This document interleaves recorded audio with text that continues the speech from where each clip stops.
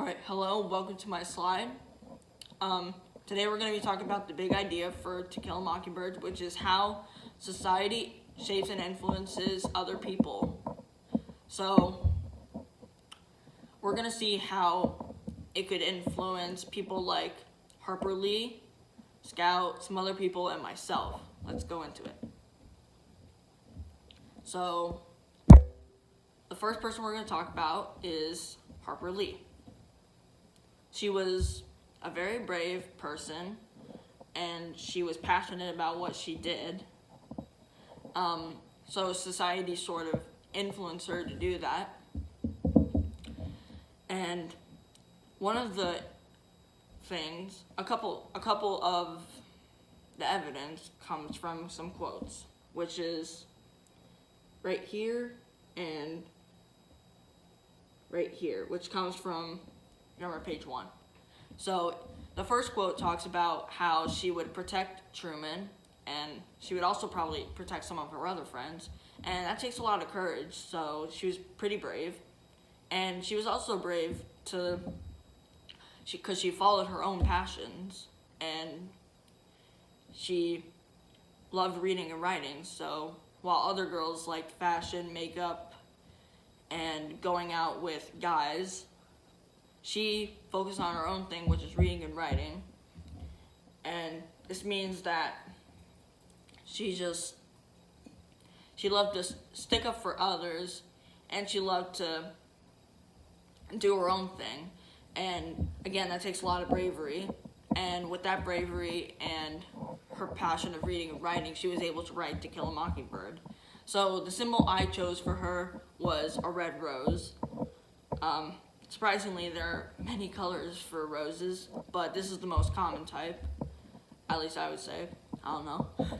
So I chose the red rose because it stands for being passionate and being brave.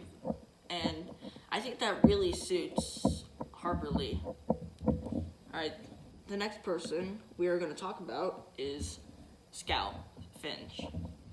So Scout Finch was influenced by society to be an innocent person. Like, she was really innocent, and she showed a lot of friendship to Boo, other people. She was just pretty much innocent and friendly to most people.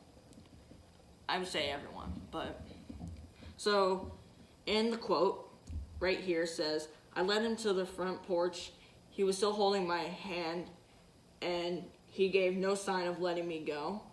I would lead him through our house, but I would never let him leave home." So this basically shows how her innocence and her friendliness was able to get Boo to go outside and look around the house, and she was holding her hand, or he was holding her hand. So that shows nice friendship, and Boo is said to be a bad person. But in this little moment, it shows how even the worst person who killed someone could still be friends with Scout, and I think that's a really good sign of friendship. So, how society influenced her, it influenced her to just be really nice and make friends.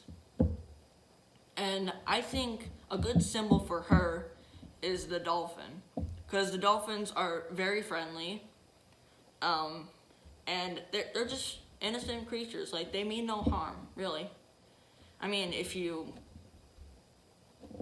harm it, it might harm you back, but other than that, it's just pretty innocent, as long as you're chill to it as well. So I think it's a pretty good symbol. The next person we're going to talk about is Atticus Finch. So Atticus Finch, how society influenced him it influenced him to take care of his children, to be a good father, and it also influenced him to protect the innocent, like Tom Robinson. So in these quotes, right here, it says, "I just hope that Jem and Scout come to me for their answers instead of listening to the town." This shows that, like, he wants to get his kids together and he wants to be a good father to his kids. Like, he'll come and answer any of their questions. He just wants them to have a good life.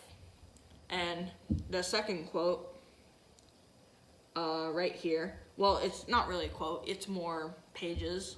So pages 271 to 275, it's just this awesome speech just explaining how Tom Robinson could be innocent, how there's barely any evidence to back it up, and how, in this quote, "Gentlemen, a court is no better." Wait, hold on. "Gentlemen, a court is no better than each man of you sitting before me on this jury." So this is basically saying that, like, they're no better, like, and they can also make mistakes So to mistake that Tom Robinson is innocent is just a thing, because you can mistake anyone for being guilty and they could be innocent in the end, or vice versa. So it's sort of he just wants to help Tom Robinson a lot, because he just feels that he's innocent and he just wants to protect him in every single way. So he just wants to be a good father to his kids, to influence them, and he wants to be good to Tom Robinson because he believes what's right, even though these people are racist and he knows that he won't win this. He still tries his best, and that's what I think is really cool. So he's brave enough to protect him, and he's also caring. So I think a good symbol for him is the lion, because the lion is a symbol of courage and bravery. But it's also just caring, because, like, it cares for its youngings, like its children and its wives or its husbands, whoever. If you're like a female lion, but I chose male lion because he's a male. Anyways, let's go on to the next one. So the next person we're gonna talk about is Boo Radley, and I was gonna choose a mockingbird because that's one of the things on the essay, or on the test for the essay. So society shaped Boo Radley to be an innocent person, but it sort of shaped him to be shy around people because of all the rumors they talked about. So for one, it says autumn again, and Boo's children needed him. This shows that, like, yeah, they needed him. Like, he knew they were in trouble and he came to help. Another quote says, "Boo had drifted to a corner of the room where he stood with his chin up, peering from a distance at Jem." This shows that he was kind of shy. Like, he just sort of drifted off into another place just to look at everything happening, because he didn't want to bother them, because, like, he knew, like, if he did something bad, then he'd be blamed for it, because people think he's a madman, but he's not. He's really nice. It's just that he's kind of shy and people don't really know what's going on. So it shaped him to be a nice person, just kind of shy. And obviously I chose a mockingbird because he's one of the main people who are basically a mockingbird, because he's innocent, he's nice, but people sort of shut him away because they think bad of him. And to kill one, that would just be a sin. And, alright. The final person we're going to talk about is how I was shaped by To Kill a Mockingbird. So, I was shaped by this book, I think, to be a nicer person to others and to protect them. Because from the past quotes, Boo and Atticus, they both protected people, and they were really kind. They were very nice. So, I mostly think that I like these guys. Like, they sort of influence me to be nice to others and protect others and just be overall just really cool. And I say the dove is really my best symbol, closest to after this book influenced me, because it's a really kind bird. Like, it's for peace, and it like shows like, hey, everything's gonna be okay. I'm protecting you. You're fine. And I just like that. It's really good.